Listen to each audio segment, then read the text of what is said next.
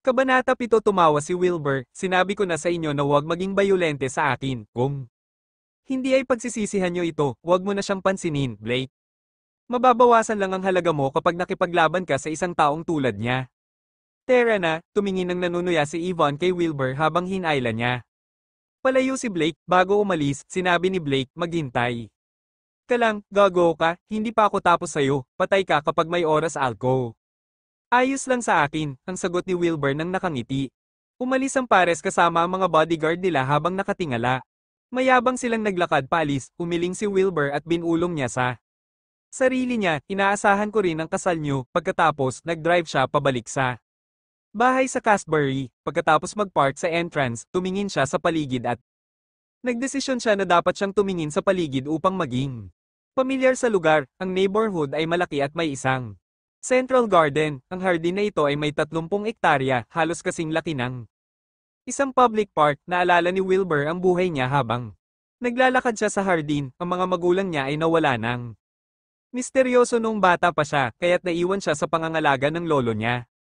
Nagising ang Dragon Soul niya noong 16 siya at minana niya ang maraming iba't ibang klase ng ancient skills. Pagkatapos ay pumunta siya sa ibang bansa, binuo niya ang Abyss Mercenaries at nakakuha siya ng malaking halaga ng pera para sa sarili niya na maghiwa-hiwalay ang Abyss Mercenaries. Ginawa niya ang Cape Consortium bago siya bumalik sa dating bahay niya sa Seacher Town upang magpakasal. Gayunpaman, sa huli ay inabandona at ipinahiya siya sa halip na mabuhay siya ng masaya at nagmamahal. Kung iisipin niya ito, ang tanging hindi nagbabago sa buhay ay ang pagbabago, dahil maraming pagbabago ang pinagdadaanan ng isang tao. Habang malalim ang iniisip, narinig niya ang isang boses mula sa likod, tigil, huwag kang lalapit.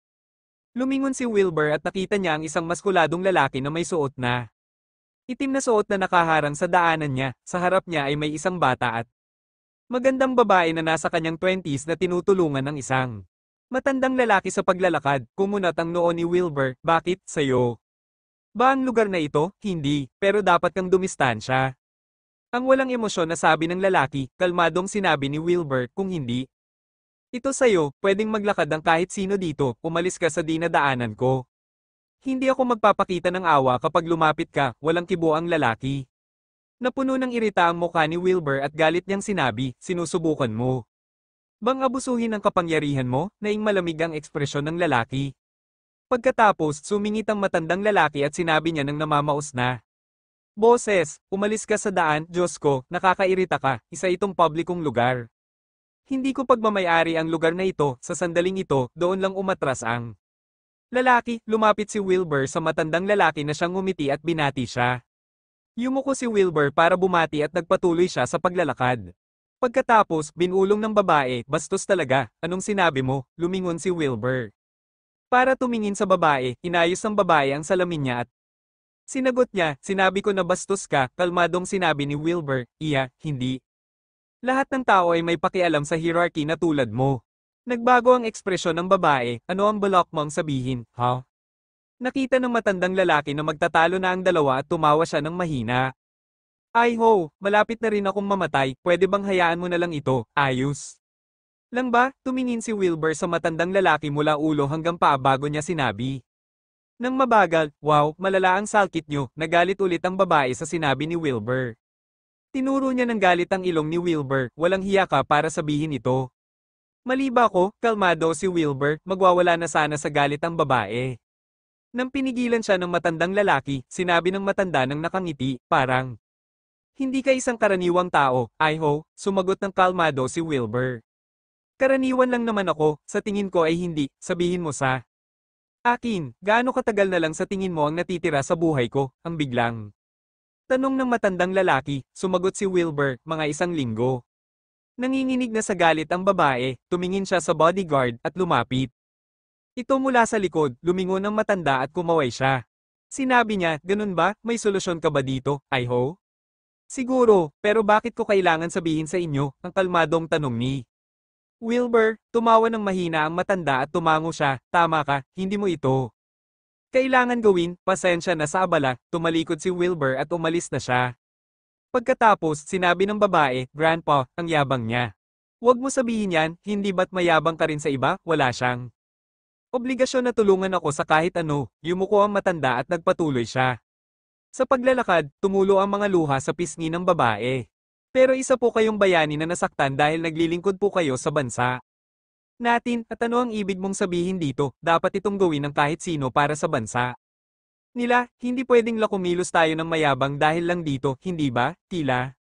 Nagalit ang matanda huminto si Wilbur sa paglalakad at tumalikod siya para tumingin sa matandang lalaki kung pwede kong itanong, ano ang pangalan niyo, ang tanong ni Wilbur, ngumiti ang matandang lalaki, ako si Benjamin Grayson, ang founding father, ang gulat na. Sagot ni Wilbur, kumaway si Benjamin, isang matandang lalaki lang ako. Malalim ang iniisip ni Wilbur, si Benjamin Grayson ang isa sa mga founding father ng Dasha, marami siyang mga nakamit at siya ang naging pinakamataas na chief in command sa army, nirerespeto talaga siya sa army at sikat din siya pati nakuha niya rin ang respeto ng lahat sa bansa. Makalipas ang ilang sandali, sinabi ni Wilbur, pasensya na po pala sa kawalang galang ko kanina, may paraan po para gamutin ang sakit niyo, kung maniniwala po kayo sa akin, bait hindi po tayo mag-usap sa ibang lugar? Ngumiti ang lalaki, tama ako na isa kang taong hindi pangkaraniwan, bakit? Hindi tayo pumunta sa bahay ko, sige po, tumango si Wilbur. Pagkatapos, sinabi ng babae, Grandpa, huwag po kayong maniwala sa kanya, isang scammer lang po siya na sinusubukan maging malapit sa inyo. Ano naman ang makukuha niya sa isang matandang tulad ko, masyado kang maraming iniisip, sumenya si Benjamin kay Wilbur na sumunod sa kanya at naglakad silang dalawa sa daanan. Pumapadyak na sa galit ang babae sa likod, ang grandpa niya ay Gina Mona ng pinakamahusay na doktor sa bansa, ngunit nabigo pa rin, ngunit ang mayabang na lalaking ito ay sinasabi na may paraan siya, halata na gumagawa lang siya ng rason para magkaroon ng magandang koneksyon sa pamilya Grayson, ngunit hindi siya nakipagtalo sa lolo niya. At tinulungan niya lang ito pauwi habang nakatingin siya ng masama kay Wilbur ng paminsan-minsan, hindi ito pinansin ni Wilbur, hindi. Nagtagal, nakarating sila sa bahay ni Benjamin at umupo sila sa sala. Tinanong ni Benjamin, kaya mo bang malaman kung ano ang problema sa akin, ang mga dating sugat nyo ay rason ng problemang internal at lumalala ito dahil sa edad nyo, lumalala ang kondisyon ng baga nyo sa bawat paglipas ng araw. Matagal na dapat kayong patay kung hindi dahil sa magandang medical support na nakuha nyo, dumiretso sa punto si Wilbur. Kung inang ang mga mata ng matandang lalaki, paano mo nalaman yon? Obserbasyon po, ang kalmadong sagot ni Wilbur na bigla ang matandang lalaki, mahusay. Ang kakayahan mong mag-obserba, meron ka bang solusyon? Tanggalin niyo po ang shirt niyo, maglalagay po ako ng cheese sa katawan niyo. At bibigyan ko po kayo ng cultivation methods na susundan niyo, aabot po kayo. Nang lagpas sa sandag taon kapag ginawa niyo ito, ang sabi ni Wilbur. Kumunat ang noo ng matandang lalaki habang tumingin siya kay Wilbur Baog. Magsalita, mukhang hindi pa tapos ang buhay ko, pakiusap, magpatuloy ka. Nataranta ang babae nang makita niya na tinanggal ng grandpa niya ang shirt nito. Lumapit siya agad para pigilan ito, Grandpa, naniniwala po ba talaga kayo? Dito, halatang isang scammer siya na gusto maging malapit sa pamilya Grayson. Para sa sariling pakinabang niya, huwag po kayong magpapahulog dito. Malala na ang salkit ko, ano ang masama kung subukan ko ito, ang kalmadong sinabi ni Benjamin, malakas na sinabi ng babae, hindi po. Kayo pwede magpaloko dito, paano po kung ginamit niya ang pangalan nyo para makuha ang kahit anong gusto niya, sisirain niya po ang reputasyon nyo, nagtanong si Benjane ng mahinang boses, ano ba ang sinasabi mo, masyadong mataas ang tingin mo sa pamilya natin, bukod pa dito, hindi ba't pwede mo siyang hulihin kung isang scammer talaga siya sa huli, walang masabi ang babae, hindi na siya nagpatuloy sa pakikipagtalo sa lolo niya, gayunpaman, si Wilbur naman ang kinausap niya ng galit, umalis ka na ngayon nula sa lugar na ito.